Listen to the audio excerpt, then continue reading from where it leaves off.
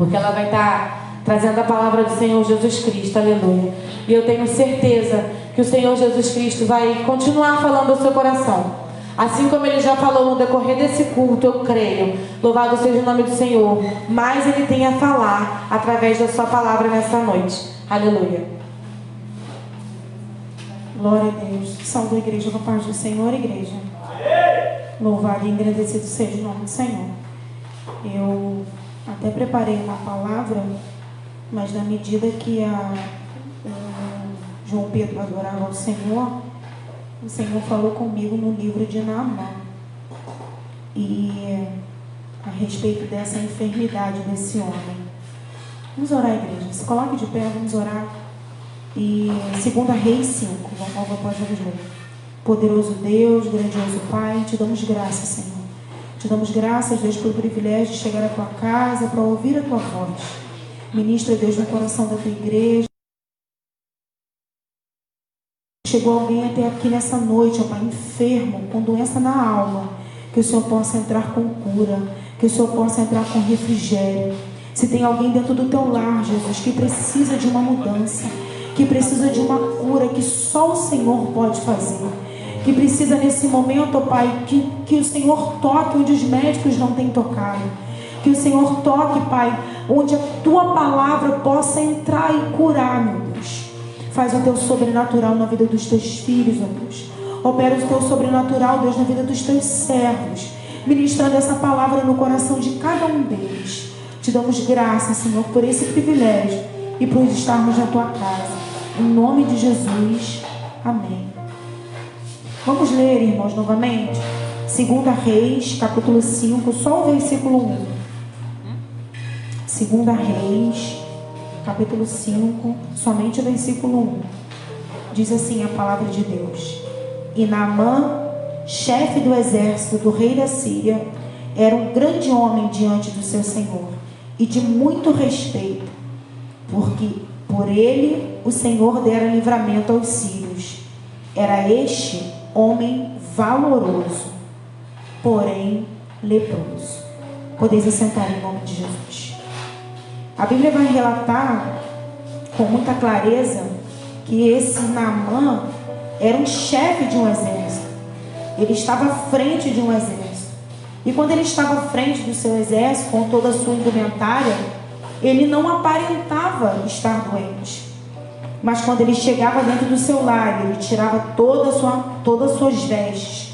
Aqueles que estavam dentro de casa com ele, a sua família, os seus servos, podiam ver a sua lepra, podiam ver as suas feridas. E quando a gente fala que ele era um homem, quando a Bíblia diz, relata que ele era um homem valoroso, porém leproso, ele era um homem de valor, mas ele estava doente.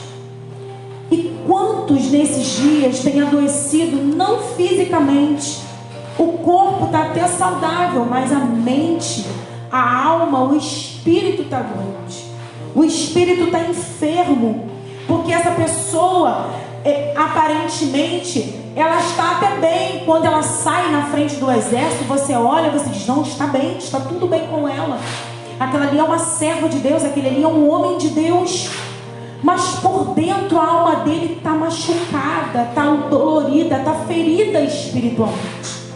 Nessa noite eu quero falar de ferida espiritual.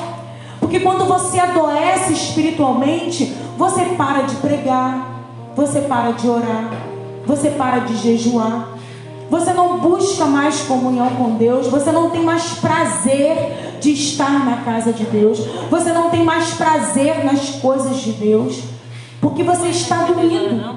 E talvez essa enfermidade tenha sido causada até mesmo por causa da igreja, porque você foi ferido na igreja, alguma palavra que você ouviu que te machucou, alguma atitude de algum irmão que te machucou. Nesses tempos nós temos ouvido muitas coisas, e algumas coisas realmente entristecem, porque uns dizem, você não tem ido para a casa do Senhor, tu está com pouca fé, irmão, tem que ter mais fé. Outros dizem, você tem ido para a casa do Senhor, você tem sido ousado demais, você tem que ser obediente. E isso às vezes causa ferida nas pessoas, Porque as pessoas estão sem saber o que fazer realmente. Eu não sei se eu vou, eu não sei se eu fico em casa. Tem pessoas que ficam em casa, mas que estão bem espiritualmente. Conseguem manter a sua comunhão com Deus, conseguem manter o seu relacionamento com Deus, conseguem manter a sua vida diária de comunhão com Deus. Estão aproveitando o seu tempo para ler mais a Bíblia, para orar mais, para buscar mais a face de Deus. Mas nem todos estão assim. Existem aqueles que estão dentro de casa e estão adoecendo, porque estão com falta, com saudades da igreja, saudade dos irmãos da igreja, vontade do tempo de pregar, de evangelizar, de subir monte. Eles estão sentindo essa falta. E dentro dos seus lares não estão sabendo lidar com isso. E automaticamente estão se afastando da presença de Deus.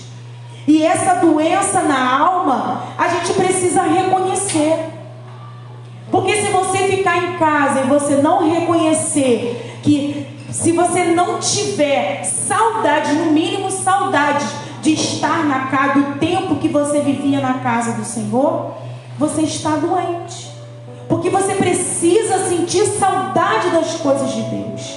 Você precisa sentir desejo de estar na presença de Deus. E tem muitas pessoas, eu tenho ouvido muitos relatos de pessoas que não estão mais buscando a presença de Deus. Que eram pessoas ativas na casa do Senhor, eram pessoas ativas na presença de Deus, e por decorrência dessa pandemia, tem se afastado, não tem mais buscado com tanta veemência a palavra de Deus e a comunhão com o Senhor. E acaba que estão ficando doentes da alma. O seu espírito está adoecendo por falta da presença de Deus. O que nós precisamos, irmãos, é independente de onde nós estivermos, é de buscar a cada dia a presença de Deus, é de buscar a cada dia a face de Deus e reconhecer. Esse homem Naamã, ele precisou reconhecer que ele estava doente, que ele precisava de cura. Até que uma menina disse: olha, tem na minha terra tem um profeta, e se você for dele, ele pode te curar. Quando você reconhece que você precisa de ajuda, fica mais fácil. O que acontece é que muitas pessoas não têm reconhecido que precisam de ajuda nesse momento. Esse não é o momento de você se fazer de forte, de achar que você vai combater tudo sozinha, que você é mais você mesmo. Não! Esse é o momento de união. Esse é o momento de você buscar a presença de alguém, de um irmão mais chegado, de dizer: olha só, vem aqui na minha casa, vamos orar junto, vamos ler a Bíblia. Eu preciso mais da presença do Senhor e sozinha eu não estou conseguindo fazer isso. Eu preciso de você, irmão. Vem aqui para minha casa, vamos cantar um louvor, vamos adorar o Senhor juntos. Você não precisa encher a tua casa de gente, porque o conceito é hashtag fica em casa. Mas você tem um amigo mais chegado, você tem um irmão mais chegado, a quem você pode recorrer nesse momento, a quem você pode chamar para que te ajude espiritualmente, para que você não venha a descer no calabouço abaixo da sua vida espiritual, e que lá na frente pode ser tarde demais, porque você não sentiu saudades da casa do Senhor, você não sentiu saudades da igreja, você não sentiu saudades do irmão, você não sente mais desejo de ter a presença do Senhor na tua vida. E quando eu comecei a meditar sobre isso ali, eu fiquei dizendo: Senhor, o Senhor me remeteu lá na passagem do filho da viúva de Naim, quando haviam dois cortejos. Uma mulher vem com o seu filho morto, um cortejo de tristeza, um cortejo de choro, porque o único filho dela agora estava morto, ela já não tinha marido e agora o seu único filho estava morto. Um cortejo de tristeza, aquilo ali já tinha acabado, era o fim para aquela mulher. Mas diante daquele cortejo de tristeza, veio um outro cortejo, um cortejo de alegria, um cortejo de vida, um cortejo de glória. Era o cortejo que acompanhava Jesus. De um lado, um cortejo trágico,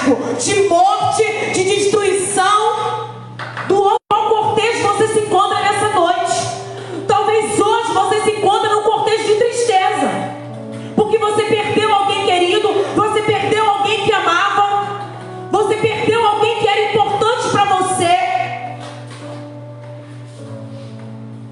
E você não está sabendo lidar com essa situação. Talvez você se encontre hoje num contexto de vida. Num contexto de que Deus tem guardado a sua casa, que Deus tem guardado a sua família, que Deus tem abençoado o seu lar, que não tem te faltado o alimento. Existem hoje, na nossa realidade, esses dois cortejos. O cortejo daquele que está sofrendo porque perdeu alguém, porque morreu algum parente. O cortejo daquele que está passando fome, passando necessidades. O cortejo daquele que tem um filho endemoniado dentro de casa, precisando ser curado, que tem alguém dentro de casa que precisa fazer tratamento e que os hospitais não estão tratando outra coisa a não ser a pandemia. E você não sabe o que fazer. Eu não sei em qual cortejo você se encontra nessa noite. Eu não sei se você hoje se encontra no cortejo de vida ou se hoje você se encontra naquele cortejo de morte, de destruição, de desgraça. Mas uma coisa eu sei: o cortejo de vida que é Jesus, ele está passando. Aleluia. E quando Jesus passa, ele pode transformar. Quando Jesus passa, ele vem para mudar o quadro, ele muda a situação. Eu não sei como você está hoje, mas de uma coisa eu sei: que Jesus pode chegar e mudar o quadro. Eu sei que Jesus pode chegar e mudar a situação. Aquela mulher vinha naquele cortejo. Eram os dois cortejos: um cortejo de morte, um cortejo de vida.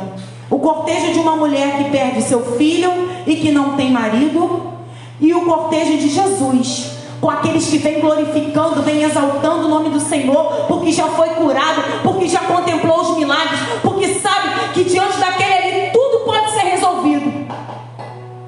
Mas uma coisa eu quero te dizer: como Jesus fez na vida daquela mulher, ele pode fazer na nossa vida. Como Jesus mudou a história da vida daquela mulher, ele pode fazer na nossa vida.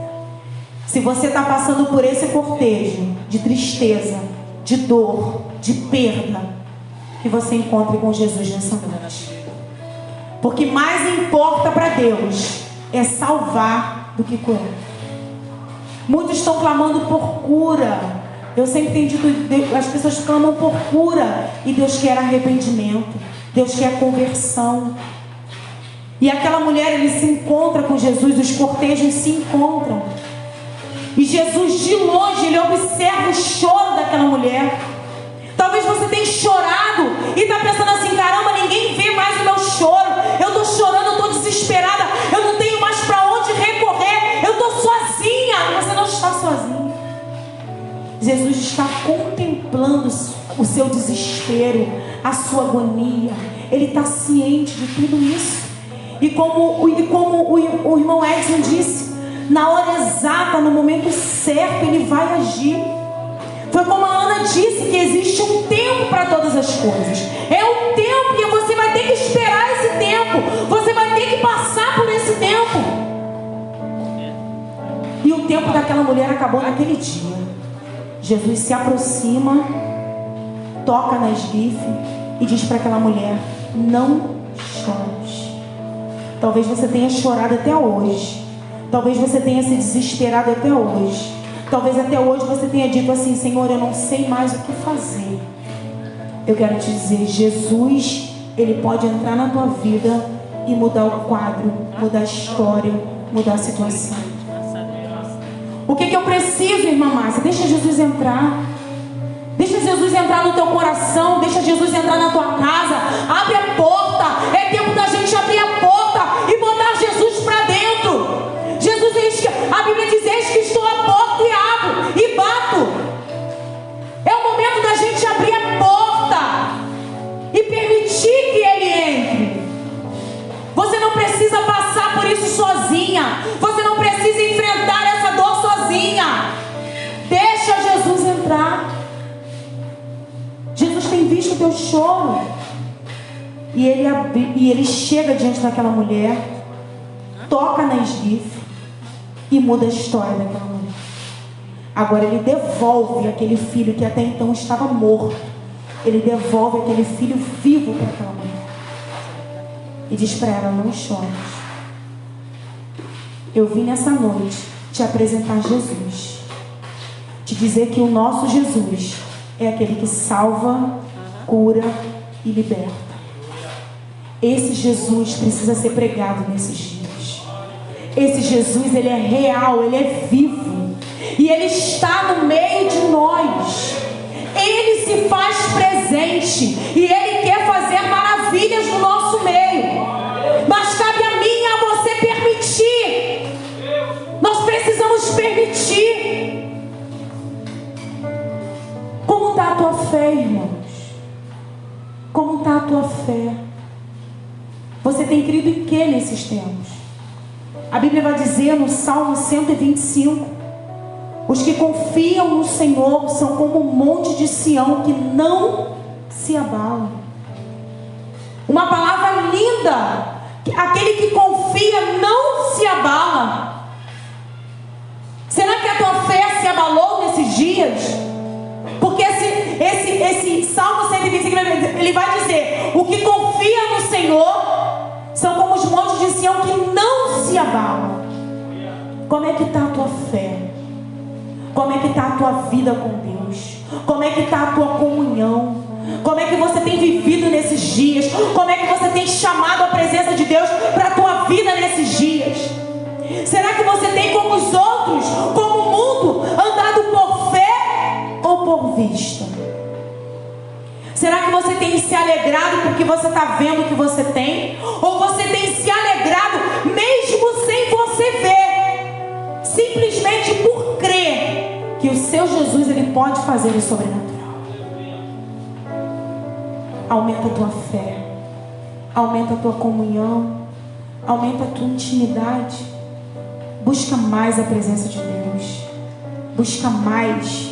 É tempo de buscar mais a presença de Deus. É tempo de se encher mais do Espírito Santo de Deus.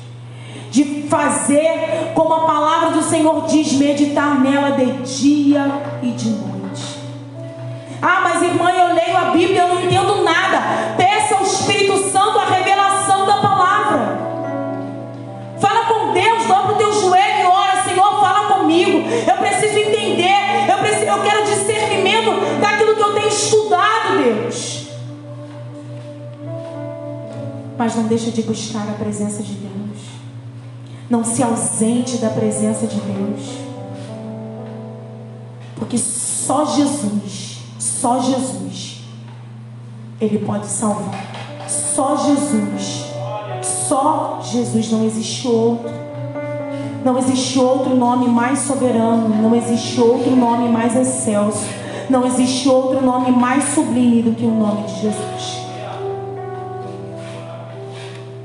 Eu estava estudando a carta de Paulo e eu disse assim para o meu esposo: Paulo não precisava,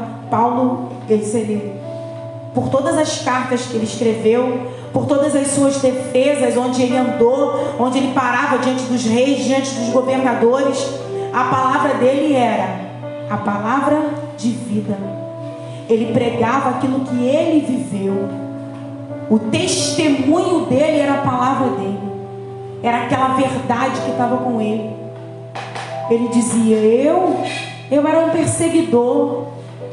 Eu era aquele que matava os gentios, que destruía a vida deles. Mas um dia eu me encontrei com Jesus. Aleluia. E o que você precisa é se encontrar com Jesus. O que você precisa é encontrar Jesus. Talvez na sua caminhada, em alguma das suas decisões, das suas escolhas, você deixou Jesus de lado e escolheu aquilo que o seu coração pulsava. Mas não. Se você fez isso no meio da caminhada, volta, dá a mão para Jesus de novo e começa a caminhar novamente. Porque sem Jesus a gente não chega no alvo. Sem Jesus não tem salvação. E o alvo é Cristo. Precisamos andar em direção a Cristo. E o mais lindo dessa passagem de Naamã é que ele vai até o profeta. O profeta não o recebe, manda apenas um mensageiro.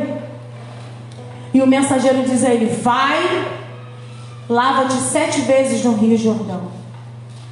E imediatamente aquele homem fica indignado, porque o Rio Jordão era um rio sujo. Ele fica indignado a ponto de dizer que ia embora e que não ia fazer. Porque às vezes a gente quer que Deus faça do nosso jeito. E Deus nunca vai fazer do nosso jeito. Deus vai fazer do jeito dele. Como servo de Deus, a gente precisa entender e viver a vontade de Deus para as nossas vidas. Foi o que a Ana disse. A gente precisa aprender a viver aquilo que Deus colocou diante de nós. Eu não sei o que você tem vivido, eu sei o que eu tenho vivido. Mas para cada um é uma experiência. Com cada um Deus vai revelar de um jeito, com cada um Deus vai falar de um jeito. O que a gente precisa, como Naamã, é descer, é se humilhar para ouvir a voz de Deus. O que acontece é que muita gente não quer mais se humilhar, não quer mais descer. Tomou uma postura, tomou uma posição e não quer descer mais. E para que Deus faça o mover, para que Deus opere grandiosamente as maravilhas dele, a gente precisa descer. E quando aquele homem entende que era necessário ouvir e obedecer, porque a Bíblia diz, não só sejam ouvintes, mas praticantes da palavra dele. Precisamos não só ouvir, mas praticar a palavra de Deus. E quando aquele homem resolve praticar, ouvir e obedecer e fazer do jeito dele, ele volta, ele mergulha no rio e ele é curado. Eu não sei do que você precisa ser curada nessa noite. Eu não sei quanto está a tua enfermidade, eu não sei. Mas de uma coisa eu sei, é que nós precisamos descer. De uma coisa eu sei, é que a gente precisa fazer a vontade de Deus. De uma coisa eu sei, é que na vontade de Deus tem milagre. É que na vontade de Deus tem cura. É que na vontade de Deus tem transformação. Vamos fazer do jeito certo. E o jeito certo é do jeito de Deus. Não importa como a sociedade tem vivido, não importa o que o mundo tem feito, não importa. O que importa é que você tem um Deus, e como filho de Deus, Ele nos deu uma bússola para seguir e para viver, para caminhar segundo o querer e a vontade dEle. E andando segundo a vontade de Deus tem vitória para as nossas vidas. Andando segundo a vontade de Deus tem cura, tem refrigério. Porque Paulo ele vai dizer, morrer para mim é lucro, viver é Cristo. Se eu viver, eu faço a vontade de Deus, se eu morrer é lucro. Então que possamos a cada dia diante do nosso Senhor, aprender com Ele, que a vontade dEle é que tem que prevalecer nas nossas vidas, e não a nossa. É a vontade dEle. Não podemos desistir, não podemos parar. Temos que continuar pregando o Evangelho, temos que continuar falando da salvação, temos que continuar falando do amor de Cristo, temos que continuar falando que o nosso Senhor, Ele salva, que Ele cura, que Ele liberta e que Ele é poderoso. Aleluia! Como Ele curou a vida de Naamã, como Ele mudou a história daquela mulher, da filha da viúva de Naim, Ele pode fazer na tua vida também. Eu não sei o que você precisa, mas Deus sabe. Eu não sei o que você tem passado, mas Deus sabe. Entrega, confia nas mãos do Senhor. Deixa Ele fazer o sobrenatural na tua vida. Mas não é tempo de parar, não é tempo de desistir, não é tempo de recuar, não. É tempo de avançar. Avançar na graça, avançar no conhecimento. Em nome de Jesus. Em nome de Jesus, não desista. Não desista. Não desista da sua bênção. Eu acordei essa manhã e eu louvava o Senhor, e o Senhor dizia assim: não desiste. Não desiste. Tá difícil, mas não desiste. Não abre mão. Continua crendo, porque eu sou Deus e sou o Senhor. Quantos desistindo das suas bênçãos? E o Senhor disse que o seu casamento é uma bênção, a sua família é uma bênção, o seu emprego é uma bênção. Quantas pessoas nos dias de hoje desistindo dos seus casamentos, abrindo mão de relacionamentos de mais de 10, de 20 anos, abrindo mão da bênção, desistindo do filho. Ah, meu filho não tem mais jeito. Só não tem jeito para a morte. Para a morte não tem jeito. Se Deus quiser ressuscitar, até para o morto tem jeito. Desistindo do trabalho. Ah, minha irmã, está muito difícil. Tem mais jeito não, vai continuar aí desse jeito, vai ficar assim, vou ser mandado embora, vai fechar meu trabalho. Como é que eu vou fazer? Como é que eu vou sobreviver? Luta. Seu trabalho é importante para você, luta por ele. Faça o seu melhor. Segundo o que você puder, faz o seu melhor. O seu filho é uma bênção. A Bíblia vai dizer que os filhos são bênção do Senhor. Continua lutando pelos seus filhos. Continua guerreando pelos seus filhos. Tá difícil, não tá fácil. Dobra o joelho mais, ora mais, chora mais na presença do Senhor. Mas não abra mão da vida espiritual do seu filho, não. Ah, minha irmã, meu casamento está muito difícil, você não sabe? Você não sabe que eu tenho que passar dentro de casa 24 horas com meu marido. Ora mais por ele, jejua mais por ele, pede mais a Deus sabedoria, discernimento. Meu esposo vai ficando doidinho, ele falou assim para mim: escreve aí, pode escrever, que ele sabe que eu fico postando lá. Escreve aí que eu tô ficando doido. Faz um vídeo, mostra que eu tô ficando doido, que eu tô surtando dentro de casa, que eu quero trabalhar, eu só quero sair para trabalhar. E eu dizia para ele: espera mais um pouquinho. O tempo não é seu, o tempo é de Deus. Deixa Deus fazer do jeito dele. Do jeito dele tem vitória. Espera mais um pouquinho. Mas não desiste da sua bênção. Não desiste. Foi Deus que te deu, a bênção é sua. Não abra